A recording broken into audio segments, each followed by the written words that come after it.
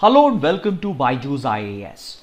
Let's take up the analysis of today's The Hindu newspaper by looking at an article from the front page of the Delhi edition that deals with the Wildlife Institute of India.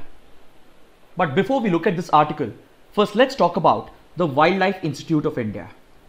See, currently this institution is an autonomous organization that functions under the Ministry of Environment, Forest and Climate Change. It provides independent advice to the Environment Ministry and as well as consultancy services to various ministries and organizations of the Government of India and as well as the state governments.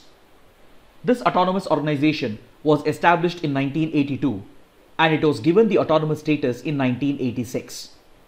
The primary mandate of this organization is to train government and non-government personnel in the field of environment conservation and wildlife protection, and also to carry out research and provide advice to various government agencies and NGOs in matters of conservation and management of wildlife resources. As a part of this mandate, the organization has laid down a set of aims and objectives for itself. This includes the build-up of scientific knowledge on wildlife resources, training personnel at various levels for conservation and management of wildlife, carrying out research that is relevant to the management of environment and wildlife resources, including the development of techniques that are appropriate to Indian conditions. It also provides information, advice and consultancy services on specific wildlife management problems such as man-animal conflict. And in these specific areas of wildlife protection and conservation, the Wildlife Institute of India collaborates with international and regional organizations as well. Over the years, the Wildlife Institute of India has developed itself as a regional center of international importance on wildlife and natural resource conservation. Apart from this, the Autonomous Institute also carries out a number of other important functions, such as the conduct of the All India Tiger Estimation, which is India's national tiger census, that is carried out by the Wildlife Institute of India along with the National Tiger Conservation Authority and the respective state forest departments.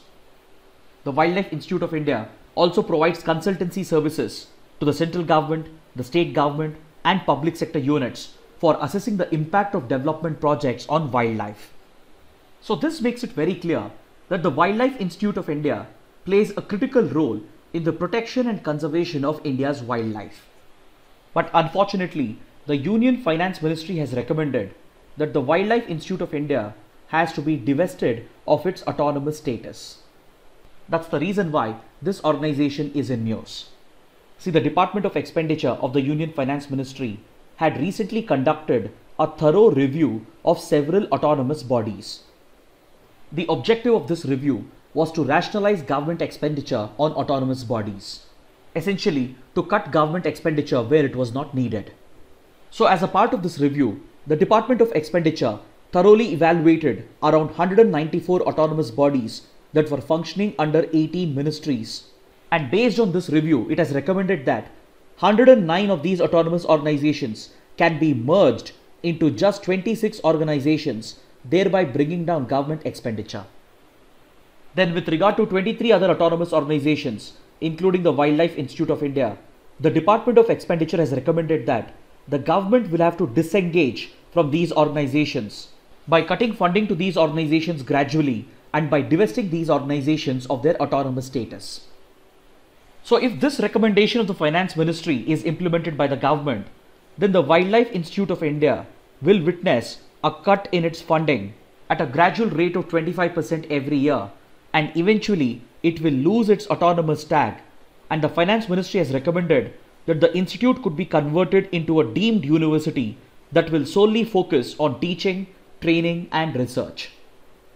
But this recommendation of the Finance Ministry has triggered anxiety amongst the scientists and the employees of Wildlife Institute of India, and even environmental experts have expressed concern about the impact of this recommendation. See, since the Wildlife Institute of India is currently an autonomous organization under the Ministry of Environment and Forest, it gets to enjoy two advantages.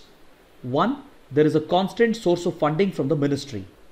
This assured funding from the ministry helps the autonomous organization to sustain its activities and operations. But at the same time, its autonomy with regard to decision making is guaranteed even though it receives funding from the government. And this has enabled the Wildlife Institute of India to generate unbiased opinions, especially when it comes to evaluating the impact of development projects. So if this recommendation of the Finance Ministry is implemented by the government, then it will not only create a shortfall in funds for the institute, but it will also take away the ability of the institute to generate unbiased opinions over the impact of development projects. So such a move would have a direct impact on environmental research and wildlife conservation in the country, because as we discussed, this autonomous organization has been playing a key role in the field of training, wildlife protection, environmental research, all India tiger estimation, etc. All these activities of the Wildlife Institute of India could be compromised if funding from the MOEF is cut and if its autonomous status is taken away. So naturally, the scientists and the employees of the Wildlife Institute of India are concerned because this funding cut will directly affect their future, and the recommendation of the Finance Ministry to turn the autonomous organization into a deemed university is not entirely viable because currently the institute has very few students and it runs very few courses. And on these grounds, the University Grants Commission had previously rejected the proposal of the Wildlife Institute of India to be recognized as a deemed university. So in this context, turning the autonomous organization into just a deemed university that focuses solely on teaching, training and research is not a viable proposal, because the key mandate of the Wildlife Institute of India is to focus on wildlife protection, environmental research, and to provide an assessment with regard to the impact of development projects. If these key tasks and functions of the Wildlife Institute of India are taken away, and if its autonomy is taken away in decision making, then it will have a severe impact on wildlife protection and environment conservation.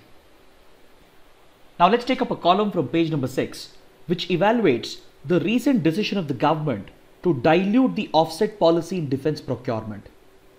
See, recently the government has decided to dilute the offset policy on the basis of a CAG report.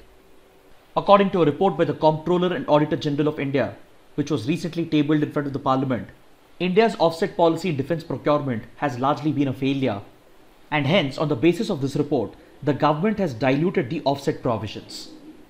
So in this context, the writers argue that this is a flawed policy of the government and it marks a severe setback for India's domestic defense capabilities. The writers say that the dilution of the offset policy goes against the vision of the Prime Minister of a Atmanirbhar Bharat or a self-reliant India. See, when it comes to trade in defense equipment, the export and import of such items is guided by a number of factors. The decision to export or import such critical technology is driven by geopolitics, by strategic factors, and as well as by commercial factors. And for a developing country like India, which is excessively dependent on defense imports, the commercial aspects of the deal is very important because it lacks a strong domestic industrial base of its own, and it lacks adequate facilities in defense research and development and in domestic defense infrastructure. So when there is such excessive dependency on defense imports, it's very important for a country like India to make use of these defense deals to help strengthen its domestic defense industrial base and promote defense indigenization. And the offset policy in defense procurement is one such policy tool that is available to the government, through which it can promote the domestic defense industry and defense indigenization via the defense import trade deals. The offset policy in defense procurement is nothing but the mandatory requirement for the seller to domestically source a certain percentage of the value of the contract.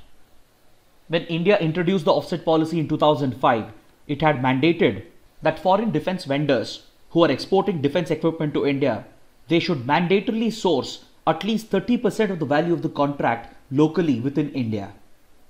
So this offset clause, accompanied with the promise of transfer of technology, creates the right incentive for domestic research and development in defense and defense indigenization.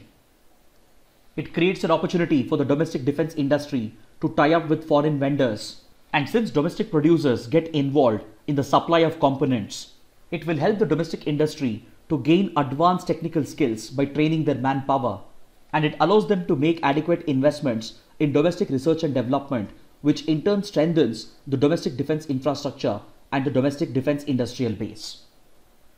So the offset clause mandates the foreign vendor to bring back 30% of the value of the contract and invest it in India in order to source the required components locally, which in turn helps in strengthening defense indigenization and the local defense industrial base.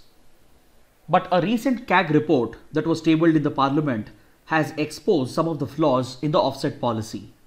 According to the CAG report, between 2007 and 2018, India reportedly signed 46 offset contracts with foreign defense vendors, which was valued at a total of around 66,000 crore rupees. But out of these promised investments, only 8% of it has been realized, that is roughly around 5,000 crore rupees. Then also according to the CAG report, the transfer of technology agreement in the offset clause has not been implemented in several deals. So on the basis of this CAG report, the government has carried out a major dilution of the offset policy, and henceforth the offset provision shall not be applicable to bilateral defense deals, and it shall also be not applicable for defense deals that India would sign with single sellers who virtually have established a monopoly in the respective technology domain. The government has defended its decision to dilute the offset policy by stating that it presents a significant cost advantage. Because according to the government, if bilateral defense deals and defense deals with single sellers, if they are exempted from the offset clause, then these foreign vendors would be able to sell defense equipment to India at a much cheaper cost, as they are no longer obligated under the offset clause. But the writers argue that this is a flawed policy of the government that marks a severe setback for defense indigenization and for promoting self-reliance in India's defense sector. See, the government's argument is that when the offset clause is included, then foreign vendors increase the cost of the equipment because under the offset clause, they are mandated to make certain investments within India. So the government is looking to bring down the cost of procurement by exempting bilateral deals and deals with single sellers, so that these foreign vendors can sell defense equipment to India at much lower prices. But however, the writers argue that this is a short-sighted policy on the part of the government, because in the long run, offset policy pays for itself. The inclusion of the offset clause might increase the cost of procurement initially, but in the long run, domestic sourcing and investments in the domestic defense sector is going to pay back by strengthening India's domestic defense industry and by promoting defense indigenization. The writers substantiate their argument by stating an example from the aerospace sector. See, in the aerospace sector, the offset policy was introduced in 2005, and according to this policy, any defense deal valued at 300 crore would mandatorily invite the offset clause, and the foreign vendors had to reinvest 30% of the value of the deal by domestically sourcing certain components. So this offset clause in the aerospace sector rapidly promoted India's defense exports, and data from the United Nations shows that by 2007, India's defense exports in the aerospace sector had jumped by 544%. As a result of this policy, India's defense exports in the aerospace sector, which stood at just around $62 million in 2005, increased substantially to $6.7 billion by 2014. So this clearly shows how the domestic defense aerospace sector was strengthened because of the offset clause, and it played a direct role in the establishment of an aerospace cluster in Bengaluru and in making Bengaluru a hub for aerospace technologies. Now let's take up another column from page number 6, in which the writers evaluate the status of innovation in India and what the government is doing to create an ideal framework to further accelerate developments in scientific innovation and technology. The writers begin by pointing out how the innovation of zero by Indian mathematician Brahmagupta fundamentally reordered history. Similarly, in the modern world, the COVID-19 pandemic presents an opportunity to reorder the world of science and technology according to the writers. And India has all the potential to emerge as a fertile ground for further scientific innovation, because with an internet user base of more than 700 million people, India is rightly placed to lead the world in technology-led innovation. India's Jam Trinity, that is Jandan, Aadhaar and Mobile, creates the right platform for emerging technologies such as artificial intelligence, Internet of Things, machine learning, blockchain, etc. to flourish, because the widespread access to mobile phones, internet and banking is the right platform to accelerate technology-led innovation.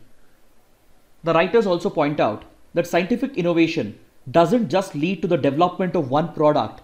Instead, it gives rise to a number of tangential benefits across various sectors, which can transform the overall socio-economic landscape of the country. This transformational potential of innovation and technology is best illustrated by Leonard Read in his famous essay that is titled as One Pencil. Because see, just to produce one single pencil, there are a variety of industries that are at work.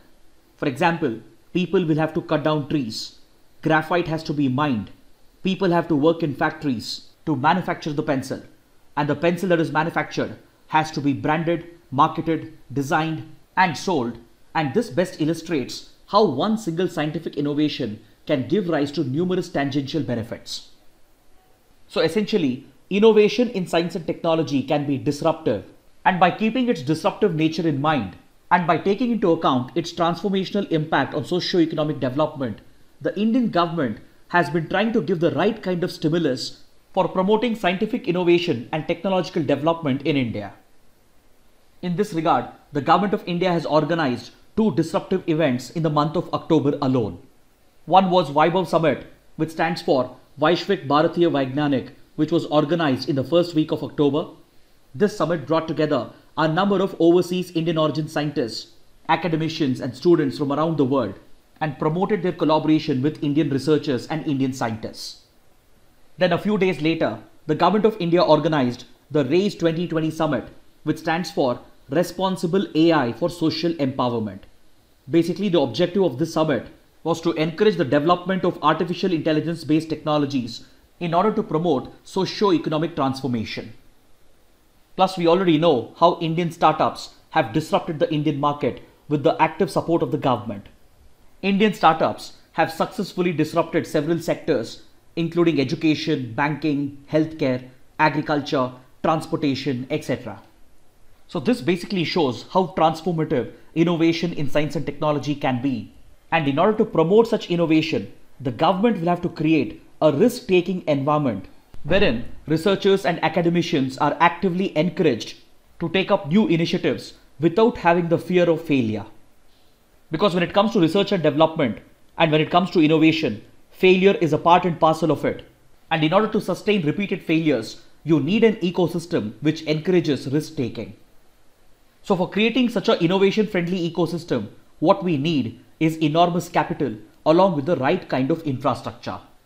So to make this happen, the Government of India has launched several schemes and programs such as Inspire, Ramanujan Fellowship, Kiran, the Atal Innovation Mission, Biotechnology Ignition Grant, etc. Recently, the government has also set up a national mission on interdisciplinary cyber-physical systems, which aims to catalyze advanced research across several domains of emerging technologies such as AI, IoT, machine learning, deep learning, robotics, big data analytics, quantum computing, etc. Even regulators such as the RBI, SEBI, TRAI, etc., they are promoting minimal regulation in order to give the required freedom for innovators and private firms so that they can actively take up risk-taking ventures without having the fear of failure. Today, these emerging technologies are driving the fourth stage of the industrial revolution. And just like how steam engines, computers and mobile phones transform the global economy, these emerging technologies are also going to transform the world.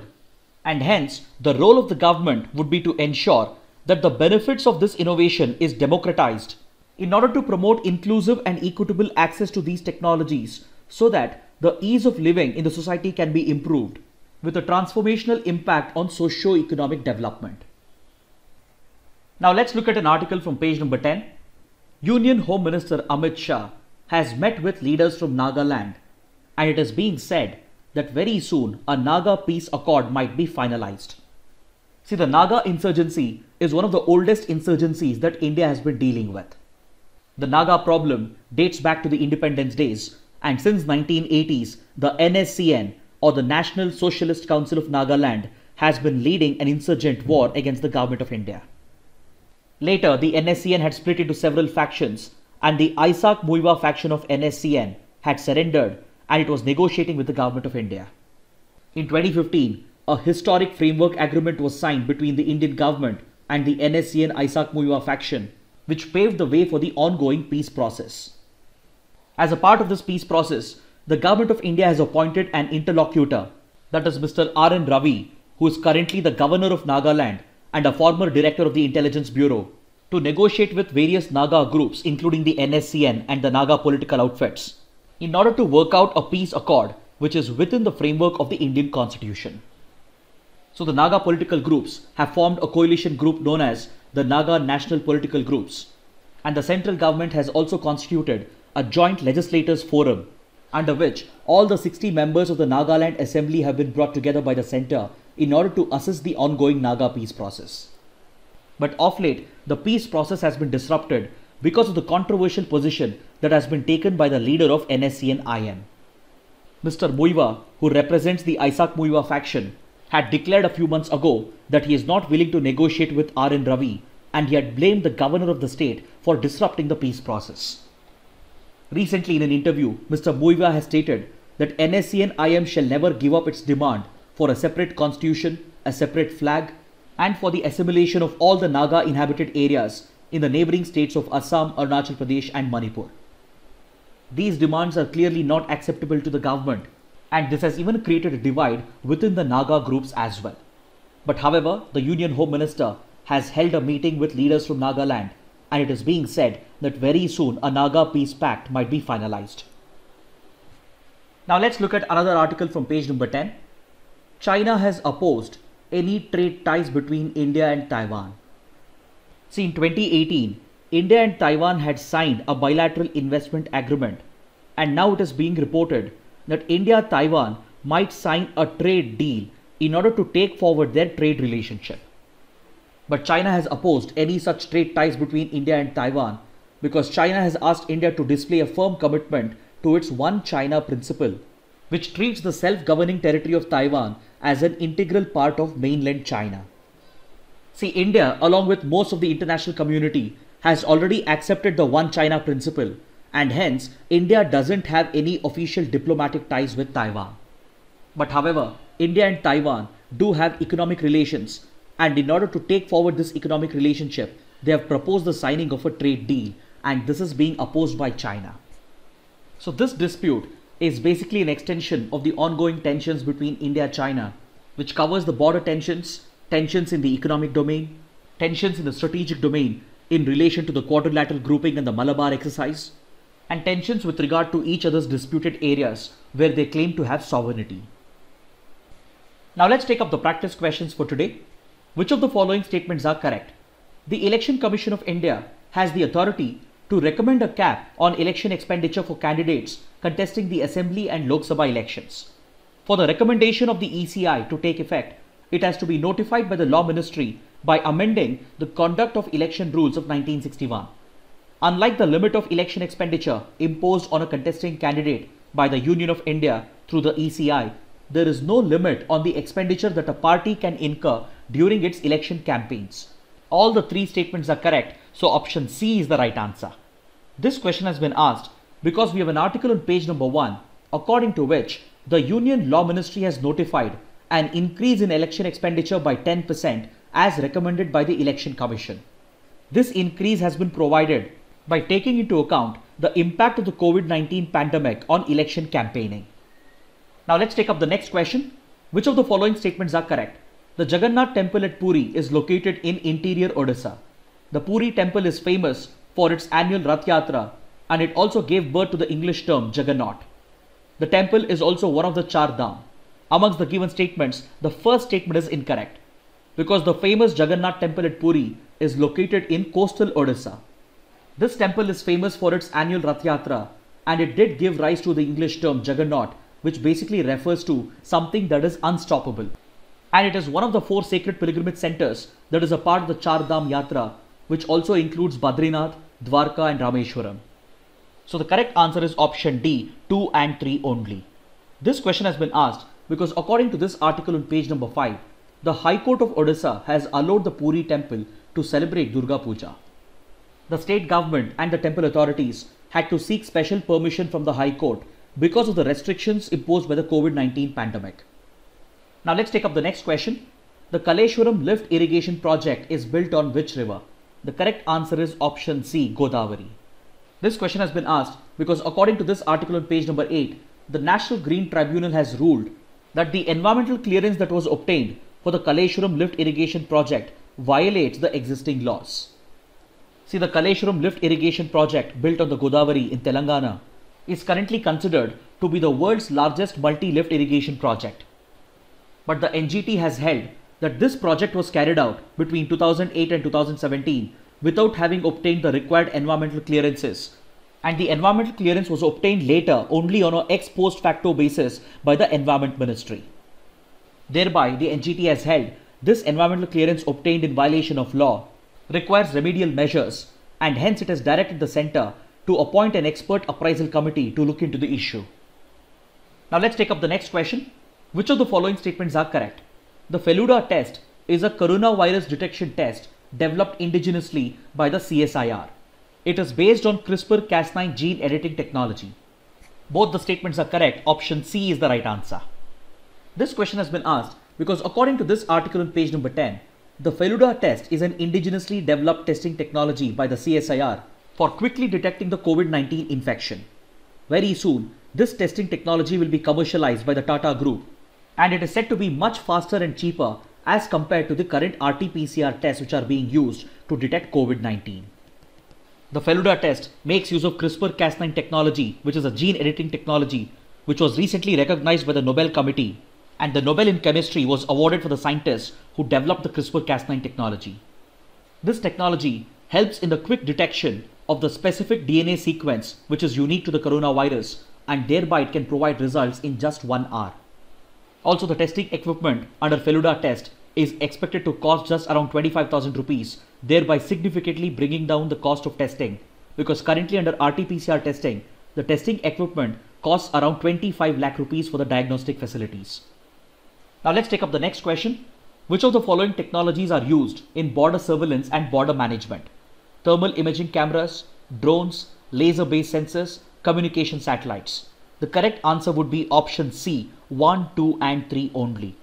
Because see, communication satellites are not really useful in border surveillance, whereas Earth observation satellites, especially the ones equipped with SAR radars, that is synthetic aperture radars, they are very useful in border surveillance, whereas other technologies are definitely used in border surveillance. This question has been asked because according to this article on page number 10, the Indian Army is looking to deploy a hybrid model of smart fence along the line of control with Pakistan, which involves multiple technologies such as drones, laser-based sensors, infrared sensors, etc. in order to effectively manage the border along with Pakistan. Now let's take up the next question. Which of the following statements are correct? The Central Information Commission includes 1 Chief Information Commissioner and not more than 10 Information Commissioners. They are appointed by the Union Cabinet for a term of 5 years and they are not eligible for reappointment. They are selected by a committee chaired by the Prime Minister and includes the Leader of Opposition in the Lok Sabha and a Union Cabinet Minister to be nominated by the Prime Minister. Amongst the given statements, the second statement is incorrect, so option D is the right answer. Because see, the Chief Information Commissioner and the Information Commissioners, they are appointed by the President of India, not by the Union Cabinet. The selected names are recommended to the President by a committee chaired by the Prime Minister, which also includes the Leader of the Opposition in the Lok Sabha and a Union Cabinet Minister who is nominated by the Prime Minister. They are appointed for a term of 5 years and they are not eligible for reappointment. That is, the Chief Information Commissioner is not eligible for reappointment, and Information Commissioners are not eligible for reappointment as Information Commissioners, whereas Information Commissioners can be appointed as the Chief Information Commissioner. This question has been asked because according to this article on page number 10, the appointment of the Chief Information Commissioner and other Information Commissioners has been delayed by the government for a number of months, and the government has refused to provide any information with regard to this process even after filing a RTI request. Now let's take up a practice question from the 2016 prelims paper. With reference to Astrosat, the astronomical observatory launched by India, which of the following statements is or are correct?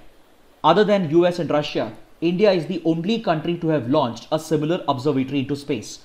Astrosat is a 2000 kg satellite placed in an orbit at 1650 kilometers above the surface of the Earth. Both the statements are incorrect. Option D is the right answer. See, the first statement is incorrect because along with US and Russia, even Japan and the European Union have launched similar observatories, and it is not just India. The second statement is surprisingly very factual because UPSC usually doesn't ask such questions. But however, this was one such unique question that UPSC had asked in 2016. This statement is incorrect because Astrosat roughly weighs around 1500 kilograms, not 2000 kilograms, and it has been placed in an orbit of 650 kilometers above the surface of the Earth. Finally, let's take up a couple of mains practice questions. The first question, the Finance Ministry has recommended to divest the Dehradun-based Wildlife Institute of India of its status as an autonomous body of the Ministry of Environment, Forests and Climate Change. Evaluate its impact. The second question, recently the government diluted the offset policy in defense procurement. It is said to cause a setback for augmenting domestic capabilities and for realizing the goal of Atmanirbhar Bharat. Discuss. Kindly write an answer to these questions and post your answers in the comment section below. So this concludes our discussion for the day. Thanks for watching.